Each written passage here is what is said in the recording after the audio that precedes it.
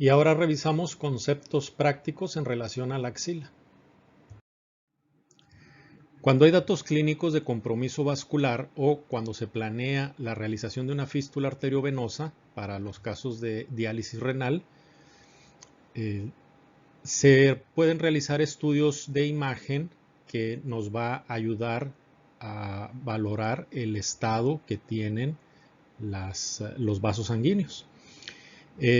¿Cuáles serían algunos datos clínicos de compromiso vascular? Pues, por ejemplo, que no se puede percibir los pulsos distales o que están disminuidos comparados con los del otro lado. Ese sería un dato clínico. Cuando hay una lesión evidente, ¿sí?, que pudiera estar comprometiendo a los vasos sanguíneos, ya sea una lesión, una herida, ¿sí?, un traumatismo, o el crecimiento de alguna masa o el desplazamiento de alguna estructura, como por ejemplo en una luxación de un hueso que pudiera estar comprimiendo, aplastando a un vaso sanguíneo. Entonces, uno de los estudios de preferencia, porque es muy poco invasivo y da mucha información y pues es bastante accesible, es la ecografía, ¿sí? Esta es una ecografía, es un ecodoppler a color. El transductor que están colocando aquí sobre los vasos sanguíneos, sobre las arterias, pues va a medir, nos va a dar información en cuanto al flujo, la fuerza, la frecuencia. Incluso puede detectar variantes anatómicas, que ya lo hemos visto, que son frecuentes, hablando de las arterias. Entonces, estos estudios de imagen serían una primera elección. Esta ecografía o ecodoppler a color se puede hacer, por ejemplo, en la extremidad superior, desde la tercera porción de la subclavia, y desde ahí puedes medir cada una de las principales arterias hasta la mano, hasta los arcos vasculares arteriales que están en la palma de la mano. Si es necesario un estudio más profundo, algo más invasivo, tenemos la angiografía. En la angiografía lo que se hace es canalizar la arteria femoral, o sea, se coloca por medio de una punción, se va pasando un catéter largo, ¿sí? La punción se hace por debajo del ligamento inguinal. Estamos en la arteria, hablando de la arteria femoral, y el catéter ahora viaja por dentro de la arteria y de ahí lo podemos ir ubicando hacia el sitio que nos interese. Este catéter largo pasa por las arterias ilíacas, por la aorta, el arco de la aorta, y luego va a la arteria subclavia, si estamos pensando, por ejemplo, en estudiar la extremidad superior. A través de este catéter se va a inyectar un medio de contraste radiopaco, y ese medio de contraste va a pintar la sangre y obviamente va a marcar la silueta de los vasos sanguíneos, y esto permite que se tomen radiografías, y como es una sustancia radiopaca, pues va a observarse muy fácilmente en las radiografías conforme esta solución va pasando por las arterias. De ahí tiene una fase luego capilar y luego tiene una fase venosa cuando este medio de contraste está regresando. ¿Sí? Este es un ejemplo de una angiografía. Esto es una radiografía, podemos decirlo así, no es precisamente, pero tenemos imágenes estáticas para observar el medio de contraste que está pintando el interior de los vasos sanguíneos. Y en caso necesario, en lugar de tener una imagen estática, podemos tener imagen en movimiento, ¿sí? O sea, esto es una radiografía en video. Este se llama fluoroangiografía. Esta es una sala especial de hemodinámica con un arco de fluoroscopía. Se pasa igualmente el medio de contraste radiopaco, y este arco lo que está haciendo es tomar una serie de de imágenes por medio de rayos X. Esta es radiación de rayos X. Y se puede observar el movimiento en tiempo real de esa sustancia radiopaca al pasar por los vasos sanguíneos, exactamente como se ve en esta figura.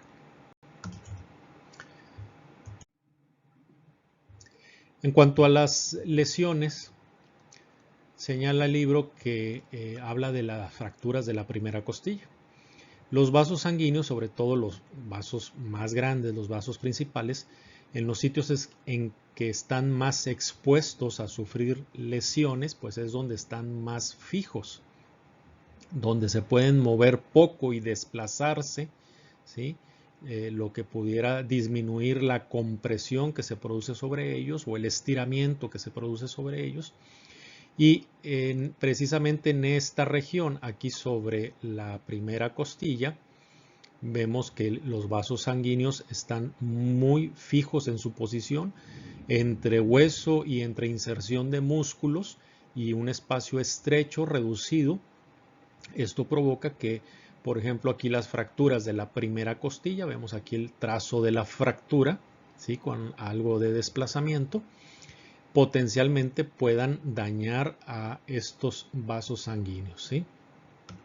Entonces, menciona el libro lo siguiente. Dice que por suerte existen conexiones anastomóticas entre ramas de la arteria subclavia y la arteria axilar, ¿sí? Entre las ramas de la arteria subclavia y de la arteria axilar ya vimos esas conexiones anastomóticas tanto sobre la articulación, o sea, alrededor de la cabeza del húmero, como también alrededor de la escápula, ¿sí? Son los plexos anastomóticos. Entonces, aunque se produzca una sección completa de los vasos, está hablando de esta región, ¿sí? Y al decir los vasos se refiere a la arteria y a la vena, ya sea la porción más distal de la arteria y la vena subclavia o la porción más proximal de la arteria y la vena axilar. Dice que incluso en una sección completa de los vasos es poco frecuente que el brazo quede completamente isquémico. Isquémico es que no le llegue sangre, ¿sí? No le llegue la sangre suficiente. La isquemia es la irrigación insuficiente de un órgano o de un miembro. Bueno, este comentario es hecho por un anatomista, ¿sí? Que probablemente nunca estuvo en una sala de urgencias recibiendo a un paciente con una sección completa de la vena y la arteria subclavia o axilar. Realmente lo que en ese momento no preocupa tanto si hay isquemia en el brazo o en la mano, sino pues que el paciente sobreviva, ¿sí? Si ambos vasos están lesionados, la mortalidad es de cerca del 45%, ¿sí? Entonces, una sección de ambos vasos es una urgencia quirúrgica. El cirujano vascular debe entrar a reconstruir, ¿sí? Primero para detener el sangrado, ¿sí? Porque en cuestión de minutos el paciente puede caer en un choque hipovolémico y fallecer por la pérdida tan abundante de sangre que ocurriría con una sección de ambos vasos. Incluso muchos de estos pacientes ni siquiera llegan al hospital, o sea, fallecen en el lugar donde tuvieron la lesión, donde sufrieron el accidente. Esta lesión es poco frecuente en accidentes automovilísticos, pero sí se observa tal vez un poco más heridas de bala, heridas por instrumentos punzocortantes que pueden seccionar a estos vasos, y principalmente las lesiones se ven en la vena, ¿sí? Es más frecuente, y después en la arteria. Obviamente la vena está más expuesta, ¿sí? Que la arteria. Si el paciente llega al hospital con una sección de ambos vasos, todavía hay una mortalidad hasta del 30% ya dentro del hospital, ¿sí? Entonces, No es momento de estarse preocupando si está llegando sangre o no al brazo, a la mano y si las anastomosis de la escápula. Realmente en este momento la urgencia es otra.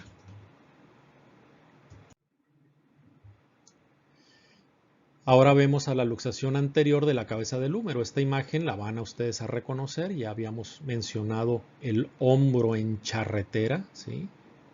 Como el adorno militar en los uniformes de gala. ¿Sí? Es un hombro cuadrado que ha perdido las curvas suaves. Por ejemplo, esta curva aquí es dada por el músculo deltoides. Aquí, ¿por qué se pierde el deltoides? Porque la cabeza del húmero, y bueno, todo el húmero se ha luxado hacia adelante, ¿sí? Hacia adelante y hacia la línea media. Entonces arrastra consigo al deltoides. Si recuerdan, el deltoides está insertado aquí en la tuberosidad deltoidea. Entonces ahí es donde pierde también su contorno porque el músculo está tensado hacia adelante. En este tipo de luxaciones anteriores de la cabeza del húmero, potencialmente se puede comprimir a la arteria de la axilar y también se puede comprimir y se pueden dañar los nervios, ¿sí? del plexo braquial. Entonces, como el desplazamiento del húmero, de la cabeza del húmero, la extremidad superior o proximal del húmero, es hacia adelante y hacia la línea media, pues prácticamente se mete en la axila, en el hueco de la axila.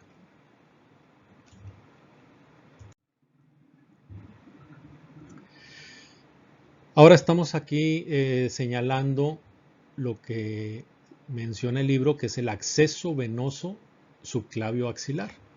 Entonces, cuando se ocupa una ruta para un acceso venoso central, o sea, necesitas por alguna razón meter un catéter central a una vena central, y entendemos por vena central una de las venas más grandes, principales y que está hacia el centro de la circulación o hacia la línea media, pues es la vena cava superior.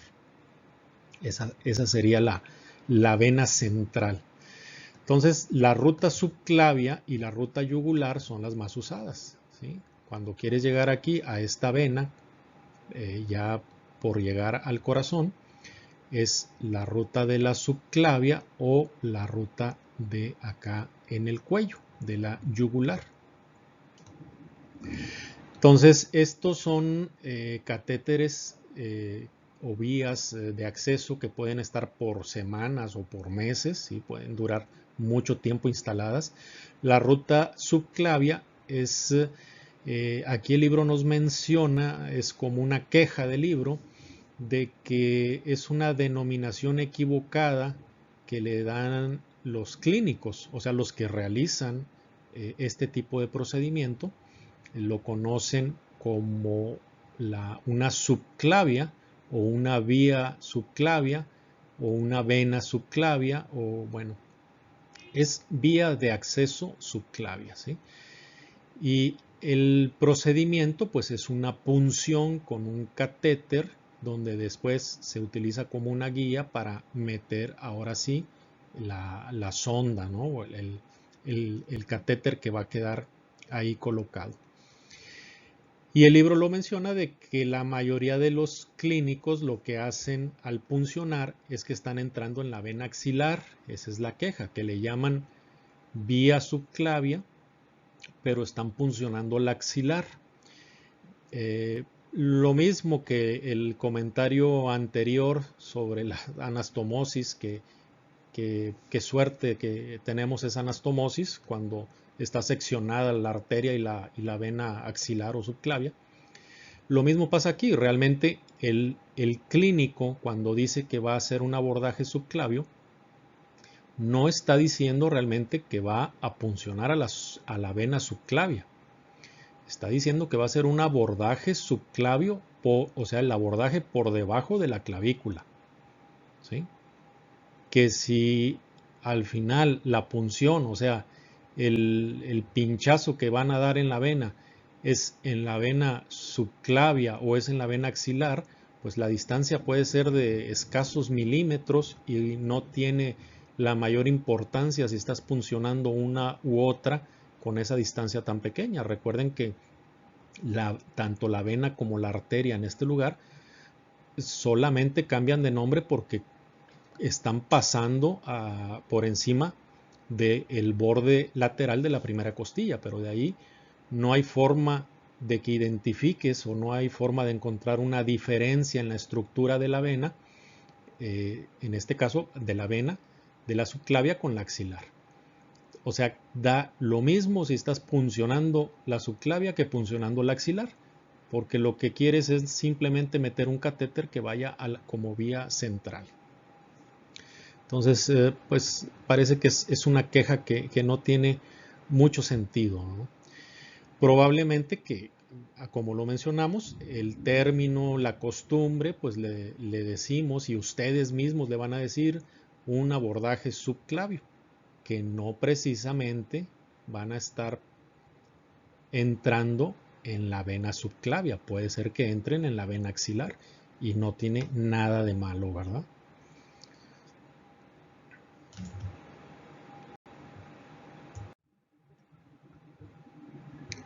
Estos accesos que pueden ser de largo plazo, menciona el libro algunos nombres, por ejemplo Hickman, Majurker, son para hemodiálisis, son accesos que pueden estar durante semanas o durante meses, ¿sí?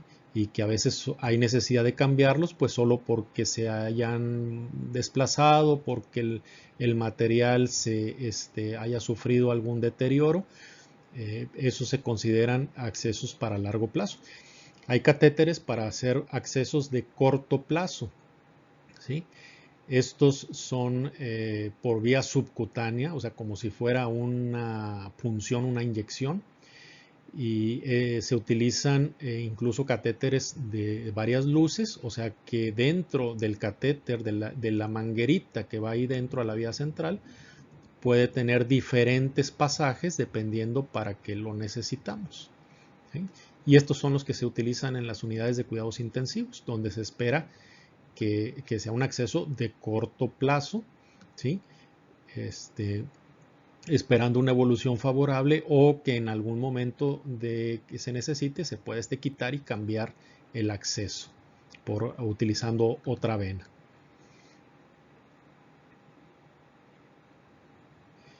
Este último, catéter venoso central, que esto significa, ¿sí? El catéter venoso central en este caso está utilizando una vena muy periférica, ¿sí?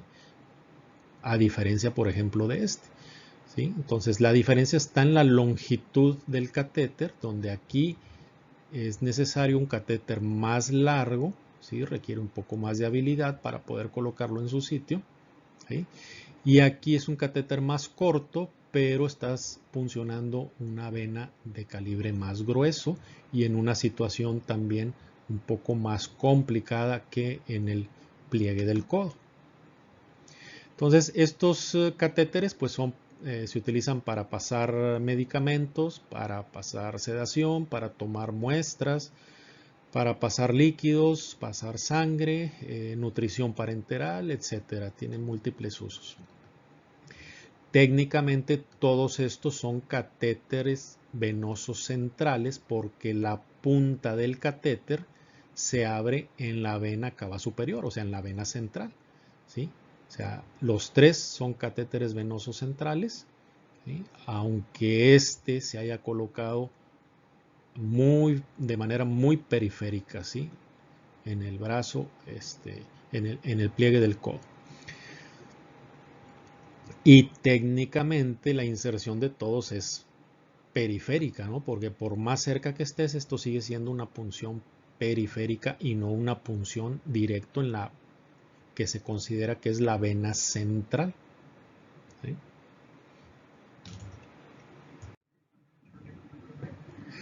Esta punción vía subclavia o abordaje a través de la vía subclavia es una técnica que se hace muy comúnmente bajo referencias anatómicas, ¿sí? Entonces, aunque es un procedimiento relativamente sencillo, es algo de rutina que se puede hacer incluso en la cama del paciente, no se lleva al paciente a quirófano para hacer este procedimiento.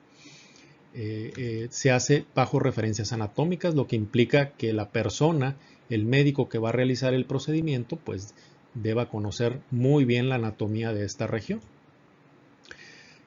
Empieza marcando su sitio de apoyo, ¿sí? Aquí en la clavícula, en su extremo más medial, y va a apoyarse o va a hacer otra marca, ¿sí? con el dedo en el tercio medio de la clavícula o ligeramente fuera del tercio medio de la clavícula. La vena está por delante de la arteria, entonces lo que vamos a puncionar es la vena, ¿sí? A menos que realmente te vayas demasiado profundo en tu punción, pudieras llegar a entrar en la arteria. En este sitio, ¿sí? Justo aquí se estaría planeando hacer la punción y pues estamos viendo que se está atravesando el músculo subclavio, ¿sí? En algún momento, si el músculo es prominente, está algo desplazado, puede ser que la punción vaya a través de las fibras del músculo, ¿sí? Y de ahí se hace el abordaje hacia la vena. Esto puede provocar que el catéter se esté dañando porque el músculo pues se contrae también y puede estar presionando o dañando el material del catéter. Entonces, este músculo subclavio también, aunque lo pongas por debajo del subclavio, también puede llegar a doblar o a torcer el catéter o el cable si lo que estás colocando es un marcapasos.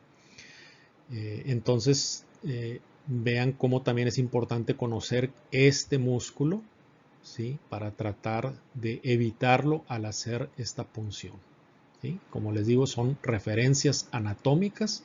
Entonces, este es un procedimiento sencillo, rutinario. Algunos de ustedes lo van a realizar muchísimas veces durante su carrera.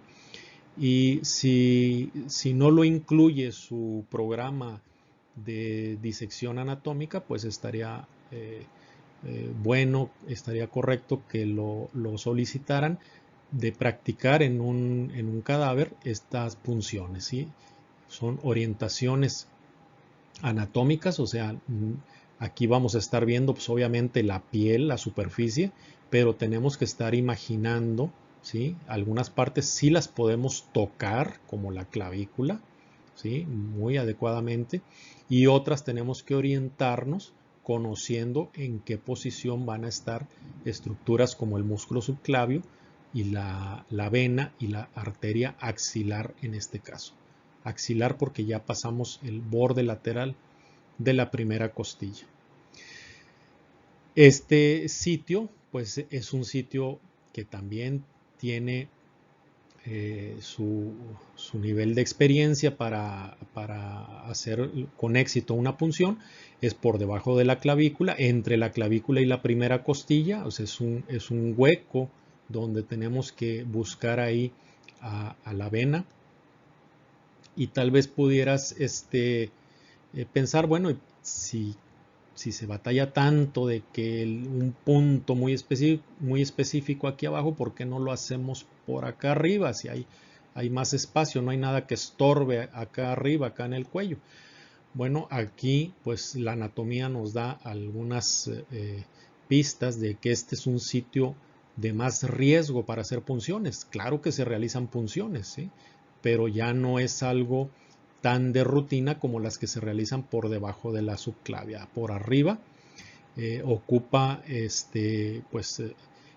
mucha experiencia, mucho conocimiento anatómico y el apoyo guiándose por medio de algunos estudios de imagen. ¿Sí? ¿Qué podemos estructuras de riesgo para lastimar aquí? Pues está la pleura, que es la membrana que envuelve a los pulmones, ¿sí? Si a esa pleura le haces tú una punción, pues el pulmón se colapsa, le entra aire en la cavidad pleural y el pulmón deja de funcionar, ¿sí? Se tiene que hacer un procedimiento especializado para recuperar la función del pulmón. También pasa el nervio frénico y principalmente la arteria subclavia, ¿sí? O sea, la punción o la lesión o la rasgadura de la arteria subclavia, pues aquí puede traer sangrado importante que ocupe ahora sí un procedimiento quirúrgico para reparar. Y ya que estamos hablando de los accesos venosos subclavios o axilares, pues no está de más mencionar que hay diferencias en la anatomía entre la vena subclavia izquierda y la vena subclavia derecha. Y esto pues va a condicionar también la colocación del catéter, ¿sí? Vemos que del lado derecho, este es el lado derecho del paciente, o sea, esta es la subclavia derecha. Del lado derecho es más corta y tiene una curva más cerrada para llegar a la vía central o a la vena central. Mientras que del lado izquierdo es más larga, pero tiene una curva más suave, ¿sí? Entonces, obviamente que el tamaño o la distancia del catéter que la sonda que vas a introducir va a ser un poco más largo si entra de este lado que si entra de este lado, ¿sí? Aquí también puedes sentir al introducir el catéter que puede topar aquí muy cerca y acá es más difícil porque la curva es más suave, ¿sí? Aunque es un camino más largo el que va a tomar aquí el catéter. Y eso pues es conociendo la anatomía. Aquí sí tenemos diferencias entre el lado izquierdo y el lado derecho en estos grandes vasos.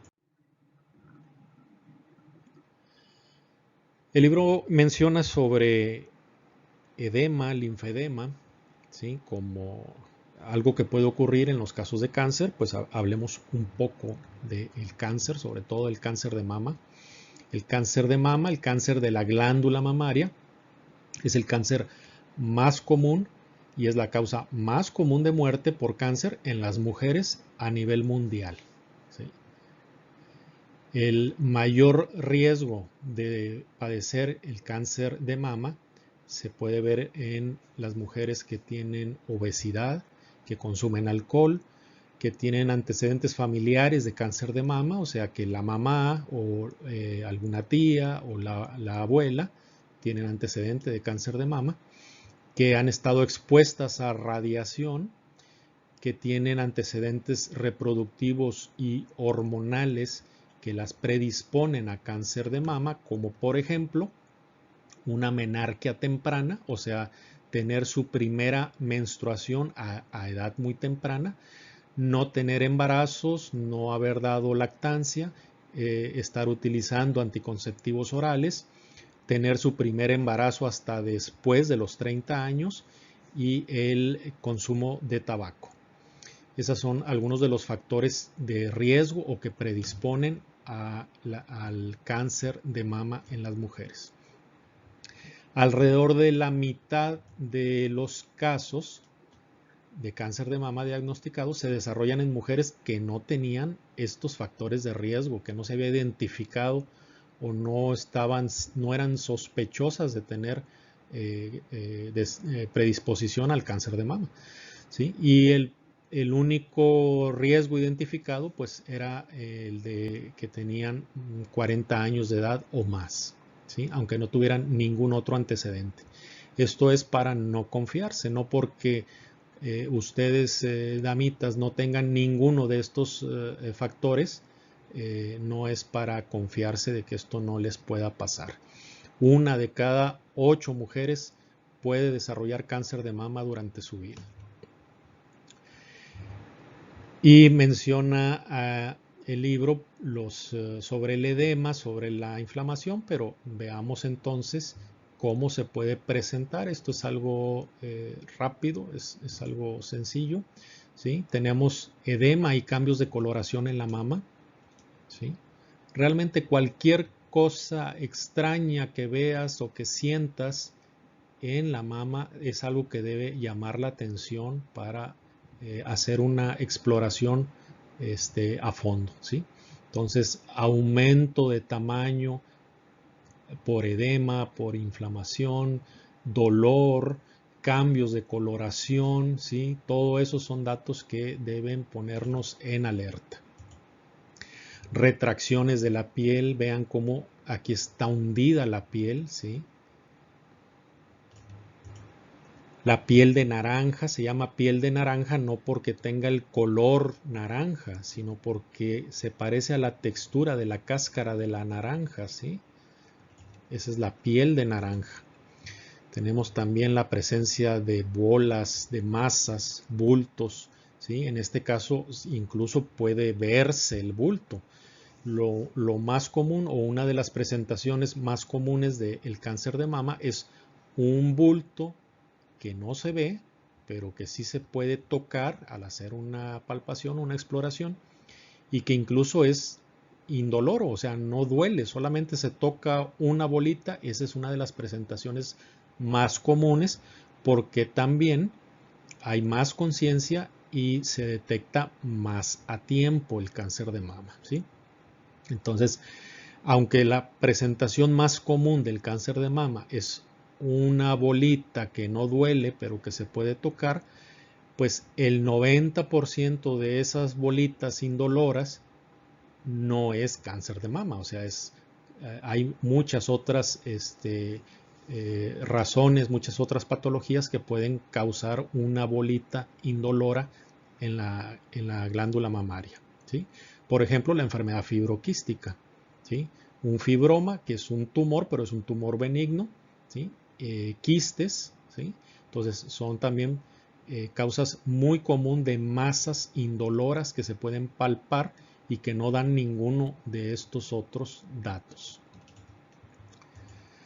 Secreción a través del pezón de cualquier tipo de secreción, transparente, lechosa, sanguinolenta, purulenta, ¿sí? Cualquier tipo de secreción es otro signo de alerta importante para realizar más estudios. Y la retracción del pezón, ¿sí?